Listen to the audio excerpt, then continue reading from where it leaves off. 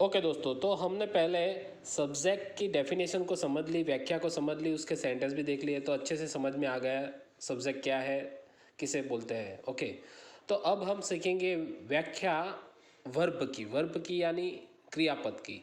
Okay, तो फिलहाल आपको सिर्फ डेफिनेशन को, व्याख्या को समझना है, उसके बाद में परफेक्टली माइंड में आ जाए, उसके बाद में आपको सेंटेंस बनाना सीखना है। ओके, तो आइए देखते हैं वर्ब की डेफिनेशन। वर्ब यानी क्रियापद। तो किसे कहता है क्रियापद? तो किसी भी वाक्य के अंदर जो भी क्रिया हो रही हो या जो क्रिया की जा रही हो उसको क्रियापद कहते हैं, यानी वर्ब कहते हैं।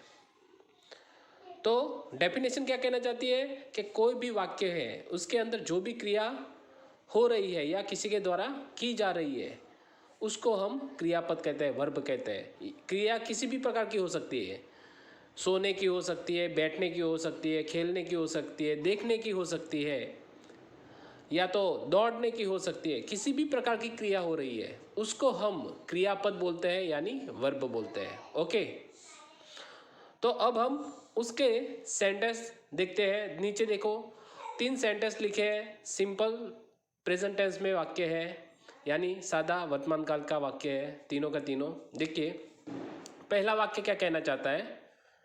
आई वॉच टीवी, मैं टीवी देखता हूँ। तो यहाँ पे क्रिया क्या हो रही है? देखने की क्रिया हो रही है, यानी वॉच हमारा क्या हुआ? क्रियापद हुआ, यानी वर्ब हुआ। ओके, तो पहले वाक्य में क्रिया हो रही है, वर्ब क्या है हमारा? वॉच है। देखने की क्रिया हो रही है, वॉच हमारा वर्ब हुआ। ओके, दूसरा सेंटेंस देखते हैं। Dog runs in the ground, कुत्ता मैदान में दौड़ता है। तो यहाँ पे कुत्ता क्रिया कर रहा है। किस प्रकार की क्रिया कर रहा है? दौड़ने की क्रिया कर रहा है। तो यहाँ पे रन्स जो है, रन्स जो हो हमारा क्या हुआ? क्रियापद हुआ, ये वो हमारा वर्ब हुआ। ओके, तो दूसरे सेंटेंस में रन्स जो है वो हमारा वर्ब है। ओके, क्रियापद है।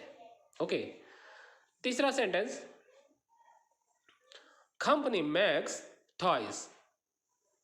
तो कंपनी खिलौने बनाती है। यहाँ पे क्रिया कौन कर रहा है?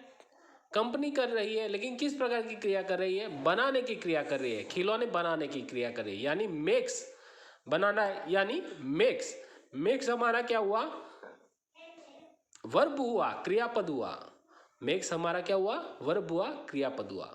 ओके, तो तीनों के तीनों सेंटेंस में देखिए, पहले सेंटेंस में वॉच हमारा क्रियापद हुआ, देखने की क्रिया हो रही है। दूसरे सेंटेंस में रन्स हमारा क्रियापद हुआ, दौड़ने की क्रिया हो रही है। तीसरे सेंटेंस में मेक्स हमारा क्रियापद हुआ, बनाने की क्रिया हो रही है। ओके, तो क्रिया अलग अलग प्रकार की, किसी भी प्रकार की हो रही हो, किसी भी व्यक्ति के द्वारा, प्राणी के द्वारा या चीज वस्तु के द्वारा हो रही है। देखो, पहले वाक्य में कोई व्यक्ति कर रहा है, आई बोला है सब्जेक्ट, कोई व्यक्ति कर रहा है क्रिया।